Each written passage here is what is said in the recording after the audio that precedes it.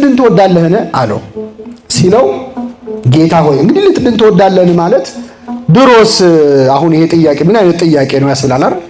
ድሮስ በሽተኛ መዳን የማይፈልግ በሽተኛ ማን አለ? አሁን እኛ ጥያቄውን ስንሰማ በእርግጠኝነት ምን ማለቱ ነው ግን ጌታ ሳንል አንቀርም። በሆዳችን ልትድን ትወዳለህ ይባላል።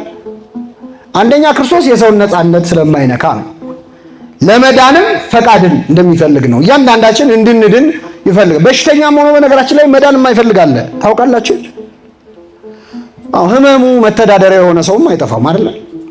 ብዙ እንዳይነካበት የሚፈልግ እንዲህ ደህና በበሽታው የሚኖርም ሰው ሊኖር ይችላል እኮ። ከበሽታው ጋር የሚኖር አለ፣ በበሽታውም የሚኖር ሰው አለ የሚተዳደር።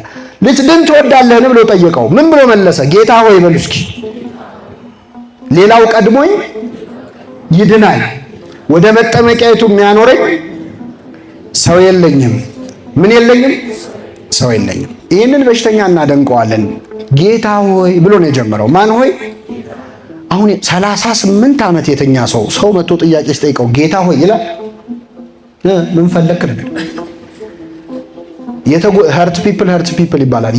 የተጎዱ ሰዎች ይጎዳሉ ሰው። በተለይ በሽታ ደግሞ አመል ይነሳል። ይህ ሰውዬ ግን በትህትና መለሰ። አያውቀውም። ማን አንተ ልትድን ትወዳለህ ብሎ ጥያቄ ምን ማለት ነው አላለም። እዚህ ላይ ማመስገን አለብን መጻጉዕ እና ክርስቶስን ልትድን ትወዳለህን ብሎ ጠየቀው። ጌታ ሆይ ከኔ ቀድሞ ሌላው ሰው ሁሉ ወደ መጠመቂያይቱ የሚያኖረኝ ሰው ስለሌለኝ ሌላው ቀድሞኝ ይድናል አለ። ሲጨመቅ ሐሳቡ መዳን ምን እላለሁ እፈልጋለሁ ማለት ነው።